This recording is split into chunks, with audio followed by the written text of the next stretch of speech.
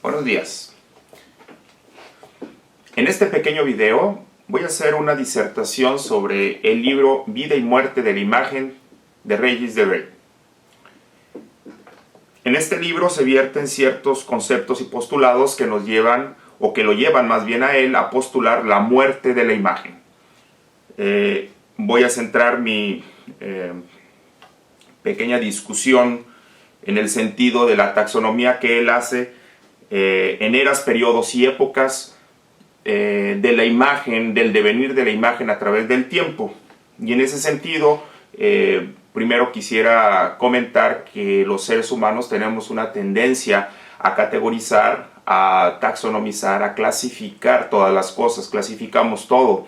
En nuestra vida cotidiana clasificamos desde las personas mismas, nuestros lugares de trabajo, nuestras ciudades, nuestra forma de vida, todo lo clasificamos en diferentes categorías, como si esto nos diera un sentido de pertenencia, o más bien es el sentido de pertenencia el que nos hace categorizar las cuestiones, las cosas con las que vivimos, para poder entonces sentirnos a gusto en pertenecer a un cierto, ya sea estrato social, a una tendencia política, a un movimiento religioso, y así tenemos categorías para todos. Si tú tienes una religión, entonces tenemos las categorías de religiones. Si tú eres católico, musulmán, son categorías, son taxonomías, como existen, por ejemplo, en el reino animal, donde existen mamíferos, aves, etc.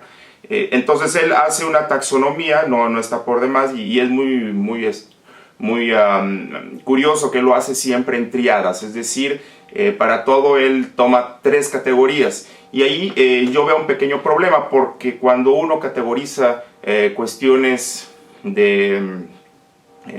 artísticas, hacerlas en 3 periodos o en 3 momentos, es muy difícil ver todas las tendencias que existen en el arte. Sin embargo, bueno, pues es la manera en cómo él lo hace.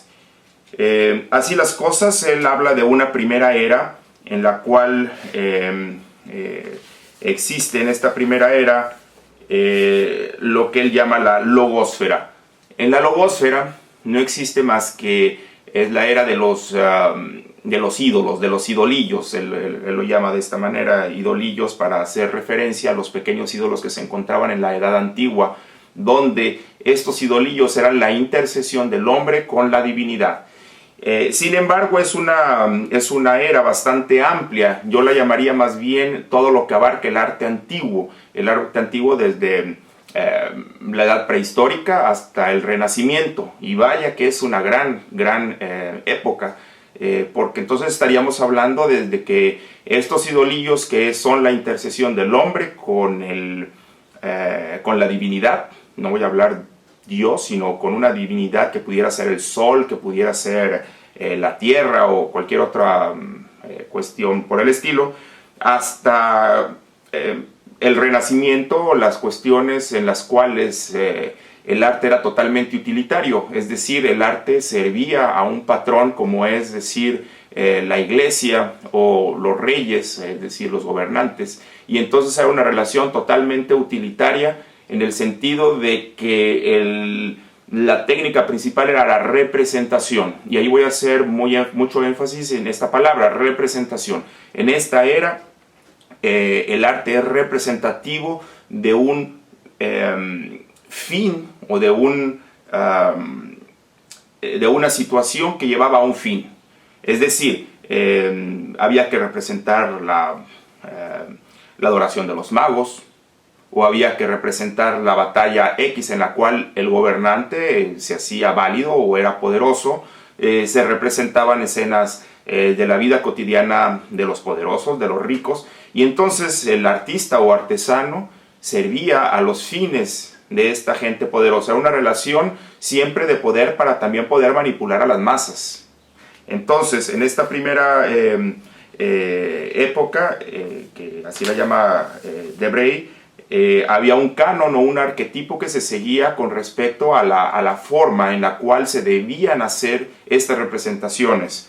Sean desde los idolillos, en las cuales era un canon totalmente geográfico, porque no es lo mismo un idolillo que se encuentra en Mesopotamia a un idolillo que se encuentra en Mesoamérica.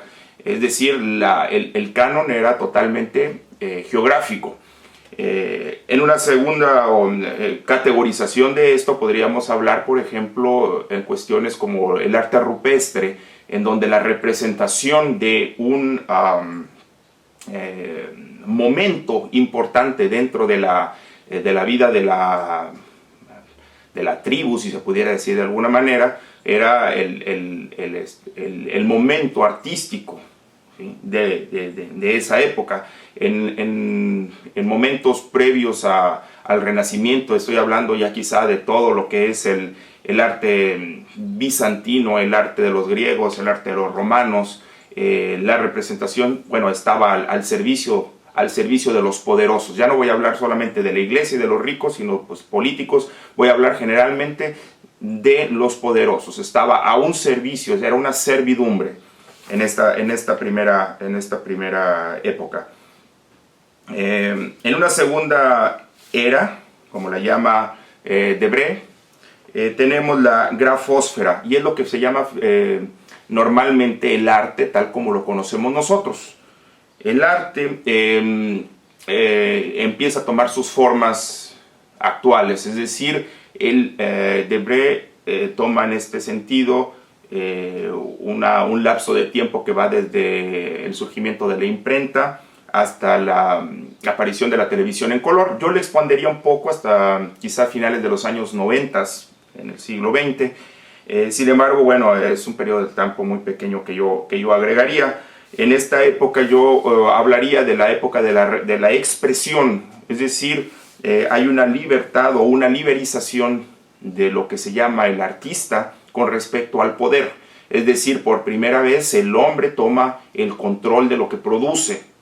Sí, ese es el punto central de esta era, en el cual el hombre por primera vez puede expresar sus sentimientos, puede expresar su sentir, su opinión, y ahí abarca, bueno, pues todo lo que es el romántico, el amor. Es una época de amor, donde el amor toma una parte muy importante, y no estoy hablando del amor romántico, sino el amor como una expresión. Tenemos también todo lo que son los ismos, todo lo que son las vanguardias, ¿sí?, que son expresiones humanísticas.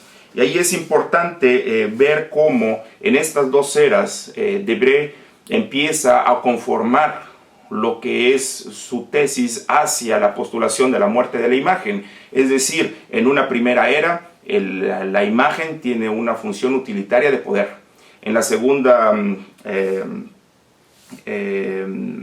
era, la imagen se convierte en una expresión del humanismo, en una expresión del poder que ha tomado el artista, ¿sí?, y la idolatría que antes era expresada hacia un ídolo, hacia una representación religiosa, digamos de alguna manera, ahora se vuelca hacia la expresión del artista, y entonces el artista se convierte en un ídolo el cual se adoraba como un anhelo, y entonces había que construirle un templo. Al igual que en la Edad Antigua se le construía un templo al ídolo, a la imagen, para ser adorada, ahora se le construye un templo a la imagen del artista, que se vuelve en una figura muy importante, y este es el museo. Entonces tenemos la iglesia, la catedral, y ahora el museo. Y entonces son dos formas de ver la adoración de la imagen. Y esto es muy importante porque la imagen se convierte en la forma más